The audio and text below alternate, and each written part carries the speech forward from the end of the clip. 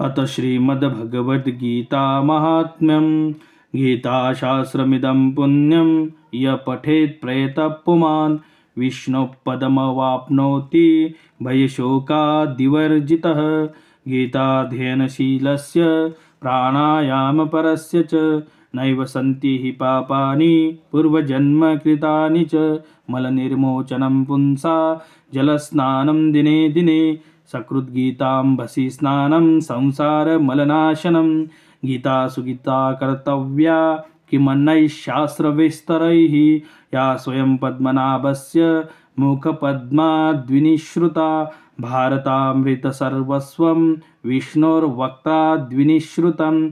गीता गङ्गोदकं पीत्वा पुनर्जन्म न विद्यते। सर्वोपनिषदो गावो दोग्धा गोपालनन्दनः। पार्थो वत्स सुधीरभोक्ता दुग्धं गीतामृतं महत्।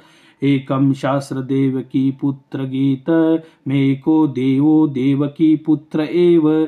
एको मंत्रस्य तस्य नामानि यानि कर्माप्येकं तस्य देवस्य सेवा। श्रीमद्भगवद्गीता या ग्रंथाचं महत्त्व शब्दाने वर्णन करणं कोणालाच शक्य नाही।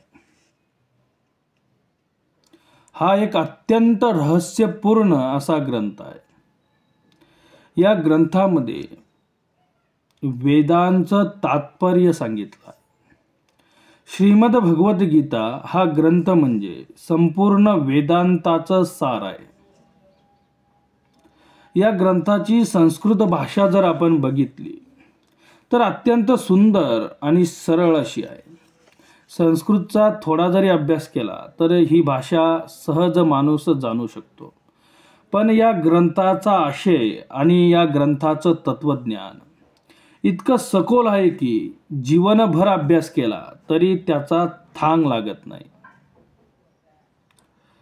आपण ज्या वेळेस या ग्रंथाचा अभ्यास करू त्या वेळेस या ग्रंथातून नवीन नवीन भाव आपल्याला त्या ठिकाणी दिसतात आणि नवीन नवीन भाव आपल्यामध्ये उत्पन्न होणं हा श्रीमद्भगवद्गीता ग्रंथ आपल्याला नेहमीच नवीन वाटतो। तर अशा या श्रीमद्भगवद्गीता या गीतेचा आज जयंती उत्सव आहे। आज 11 डिसेंबर 2024 मार्गशीर्ष महिन्याच्या शुक्ल पक्षातील मोक्षदा एकादशी आपण गीता जयंती साजरी करत असतो आणि आज मोक्षदा एकादशी आहे आणि त्यामुळे आज गीता जयंती आहे। मोक्षदा एकादशीच्या दिवशीच भगवान श्रीकृष्णाने अर्जुनाला महाभारताच्या युद्धाच्या दौरान हा गीता ग्रंथ त्या ठिकाणी सांगितला होता आणि तेव्हापासून मोक्षदा एकादशीला गीता जयंती साजरी करण्याची आपल्यामध्ये परंपरा आहे। आपण असं मानतो की मोक्षदा एकादशीला ही गीता भगवान श्रीकृष्णाने अर्जुनाला सांगितली आणि भगवान श्रीकृष्ण आणि अर्जुन यांच्यातील संवाद म्हणजे श्रीमद्भगवद्गीता हा ग्रंथ आहे। श्रीमद्भगवद्गीता हा असा एकमेव ग्रंथ आहे की तो ग्रंथ भगवान श्रीकृष्णाच्या मुखातून निर्माण झाला आहे। तर अशा या श्रीमद्भगवद्गीता या ग्रंथाचं खूप मोठं महत्त्व आहे। तर अशा या गीता जयंतीच्या तुम्हाला सर्वांना खूप खूप शुभेच्छा। धन्यवाद। रामकृष्ण हरी।